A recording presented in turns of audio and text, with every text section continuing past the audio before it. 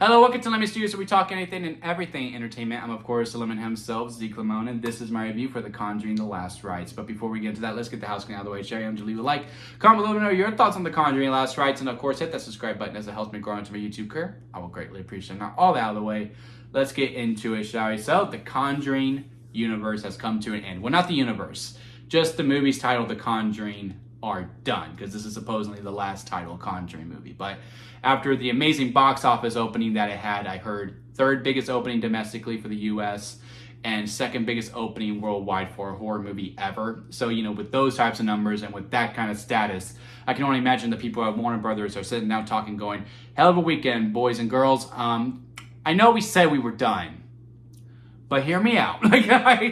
I can just imagine those types of conversations are happening as we speak. And I think it's a testament to the fandom of the Conjuring universe. I mean, I saw this in a really packed theater. The whole experience was just, kind of mind-boggling in a lot of ways because, one, I had a hard time parking. And I usually don't have a hard time parking unless it's a Marvel movie or a DC movie for the most part. With my area, it's only the big titles that really...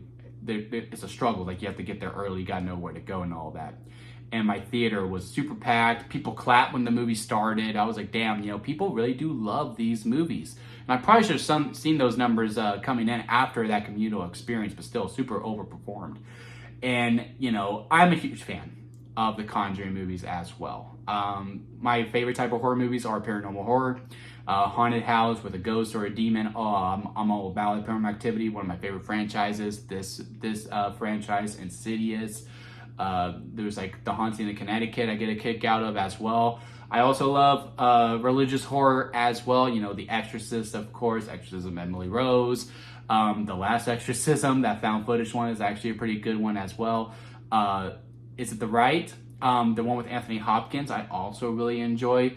What I'm trying to say is that The Conjuring really speaks to me because in a lot of ways, it's those two types. It's paranormal and it's religious horror fused into one. So therefore, it is perfectly made for me. And when it comes to The Conjuring: Last Rites, if you take all 9, which I do believe there's 9 because there's now 4 Conjurings, 3 Annabelles, 2 nuns, and a La Llorona, which I do believe adds up to 9. To me, Last Rites is third out of the 9.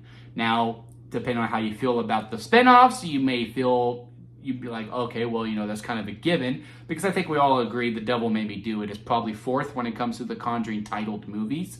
But to me, it's not just third. I really do think The Conjuring: Last Rites matches up pretty well with the first 2 Conjuring movies. It does have its faults, which is why it does fall to third. But I do think it's not just third by default because, you did better than, the others, which I do like.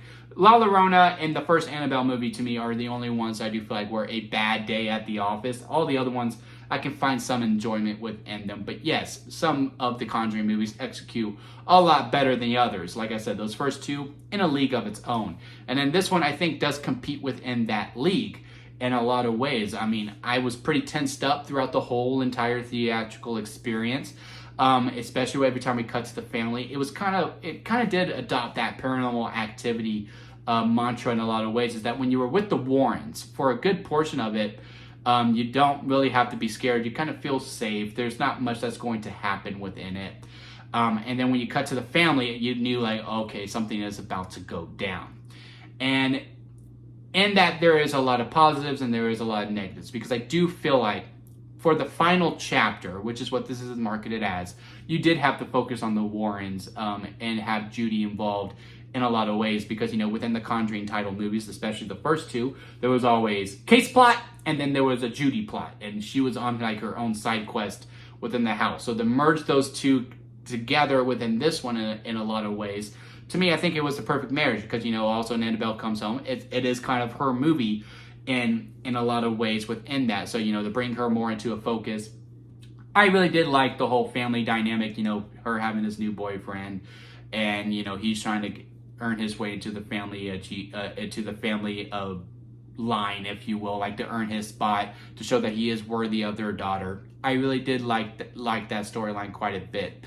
However, with the family, the case, if you will, to me, in a lot of ways, was a little bit of an afterthought.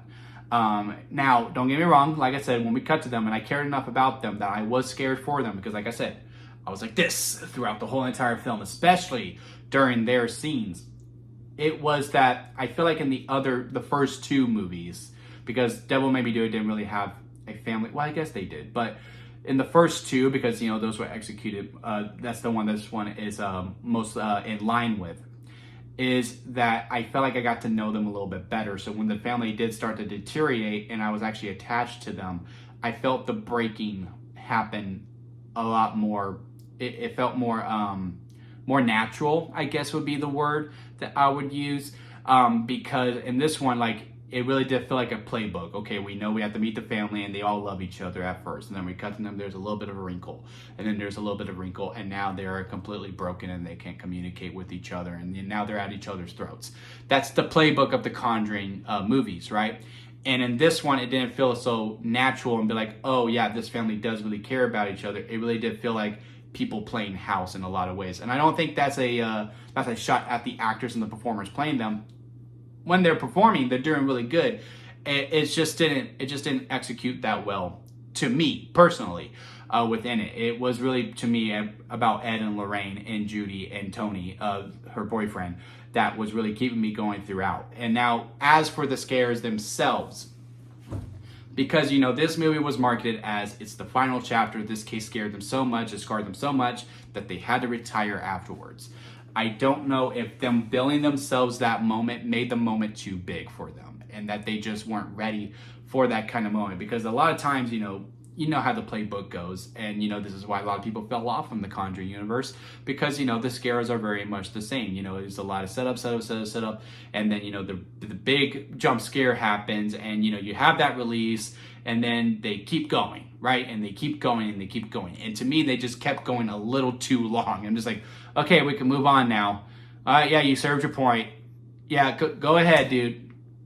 What are we doing here? Like, it was very much a lot of that where it was just, again, where they were just trying to show, look how crazy this one was. They had to stop. And I'm just like, it's just noise after a little while. And also when we get to the ending of this film, like I said, I think the moment, and it sounds very facetious when I say this, but the moment may have just been too big for them and they just overthought it because, boy, they go big. And, needless to say, all Conjuring movies go big, right, when it gets to the finale.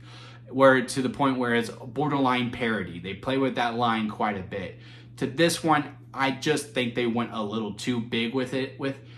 I don't think it necessarily hit parody, but it was the closest it ever got to parody for me. When it got to those final moments, I was like, okay, come on, we can wrap this up. We checked off everything. Like I said, the Conjuring playbook is very much known.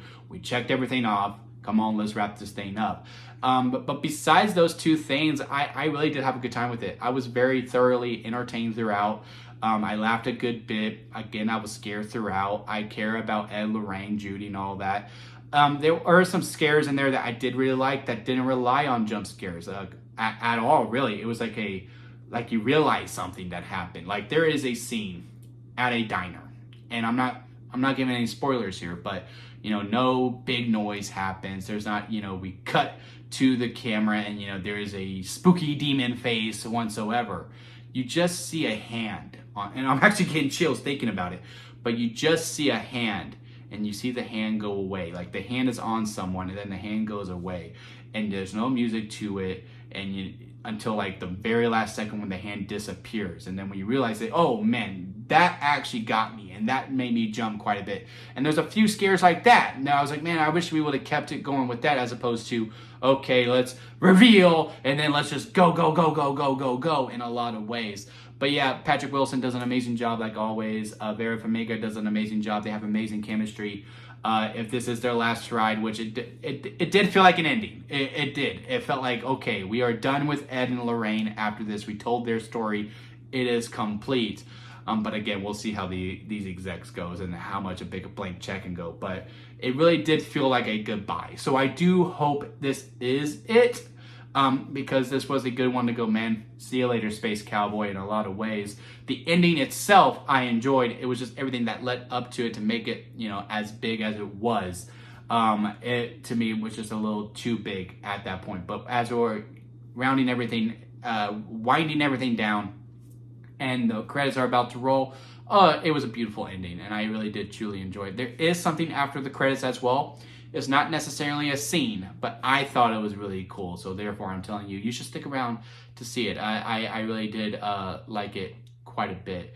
But yeah, overall, I had a good time with it. I was scared throughout. I laughed a good chunk. I was thoroughly entertained. It also helped with the crowd that I was in. I was in a packed theater, and it was one of those ones when the movie started, people clapped, which is, again, it's a testament to the fandom that The Conjuring has, because the excitement of like, yeah, let's go. I usually don't have that unless, it's like a Marvel movie or a DC movie, one of the big titles that everyone is, like a Star Wars and all that people are just like, yes, I'm here. We are back in this universe. Let's go, baby. So it was nice to see that with a horror franchise, especially for it being The Conjuring. But yeah, let me know what y'all think about it down in the comment section. Leave a like if you made this far within the review. I do greatly appreciate it. Hit that subscribe button, as I am trying to grow into my YouTube career. And don't forget to squeeze the days, guys, because life is too short not to give your all. So squeeze every opportunity that you can. Until next time, I'll see you here at Limit Studios.